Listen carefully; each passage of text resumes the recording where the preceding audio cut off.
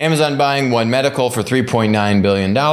Is this actually a good deal or not? Why would Amazon spend roughly $4 billion on a healthcare provider with physical primary care clinics?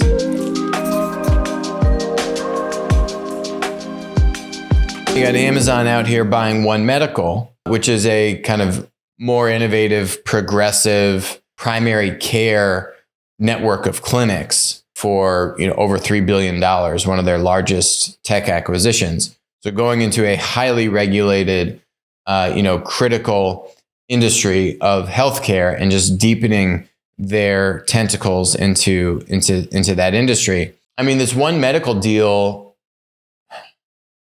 honestly, it's great. Here's why. You say, oh, well, they're buying like a traditional primary care, like health system. What's exciting about that? I'll tell you what's exciting about that is One Medical has built its own proprietary tech stack. That was really the magic sauce of One Medical. And that's why, they kind of made a big splash in the Silicon Valley crowd, a tech-enabled healthcare experience, which is bringing a more kind of integrated, holistic view and delivery model of healthcare, right? What's a lot of people's biggest critique of healthcare is it's so fragmented. I gotta go to my primary care doc and then I gotta go see this specialist, and then it takes me like 3 months to schedule with the specialist, and then the specialist doesn't talk to the primary care doc, and then I gotta go back to the primary care doc, and now 6 months later I'm nowhere, right?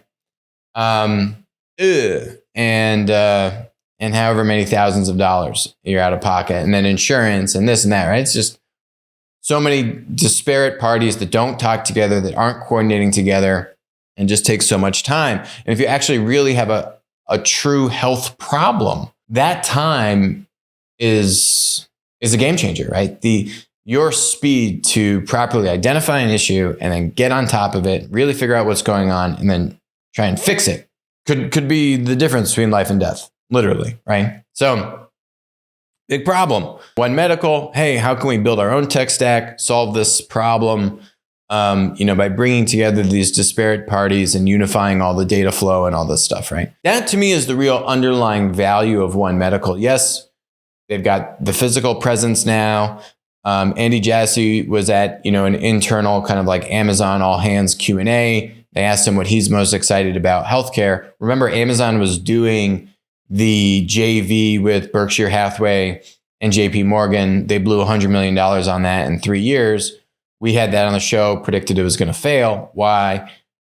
Because what they should have done is just gone and said, we want to go buy this company and we'll split the bill 3 ways. But they were trying to build from scratch.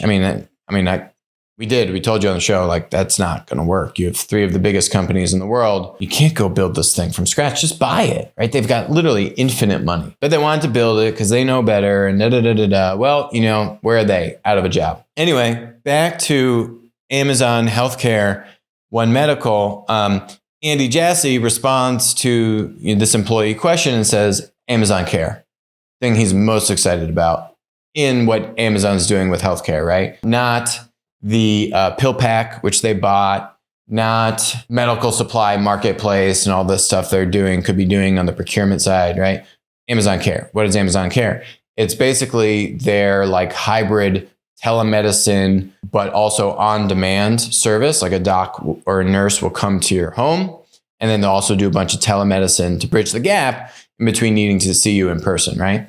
So that kind of on-demand healthcare point solution with telemedicine woven into it, right? So now that gets pretty interesting. You take the primary care presence that One Medical has, you take their proprietary tech stack, which One Medical has, you layer in then Amazon's existing ability for, on-demand, more specialist services, their telemedicine infrastructure, and you say, this kind of looks pretty interesting.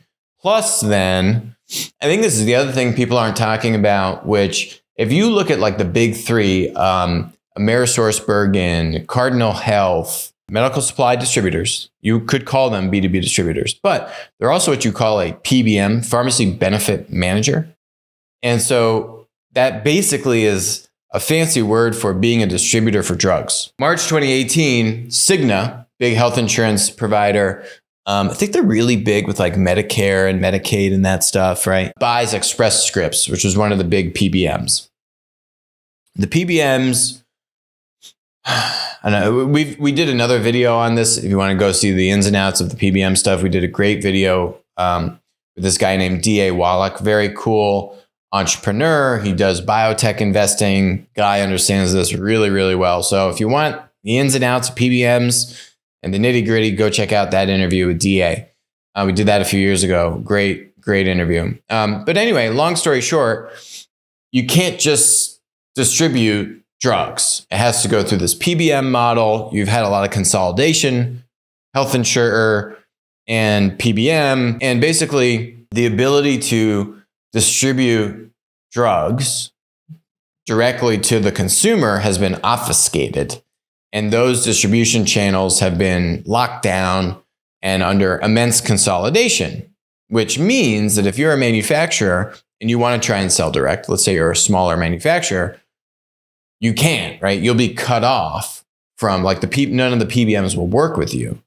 And so the PBMs were the ones that were actually trying to cut off PillPack. PillPack wasn't able to buy directly from the manufacturer. The PBMs control that source of supply. So then enter Amazon buying PillPack. Okay, the PBMs can't shut off PillPack now. It's Amazon. But PillPack is still going through, pretty sure, a PBM.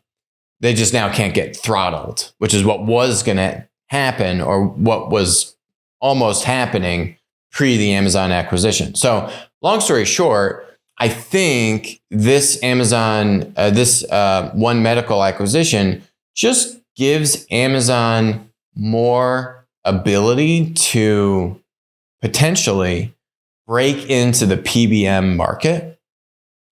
Could Amazon become its own PBM? That would be game changing. And could Amazon now go directly to the manufacturers? Ooh. If I'm a PBM, like that question, chills, right?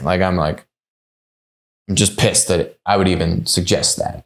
That's kind of the thing that's not mentioned is the big thing with the PBMs is that they tout their ability to get drugs within, 5 miles of 90% of Americans, right? I think this One Medical thing just gives Amazon more leverage, more ability. If they can actually crack that PBM nut, that is worth way more than the $5 billion that they're in between PillPack and One Medical acquisitions.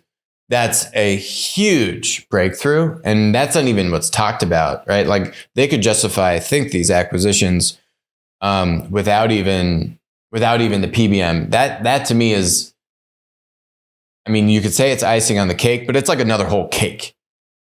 There's the cake of all the stuff I've talked about, right? Healthcare and tech stack to deliver the care.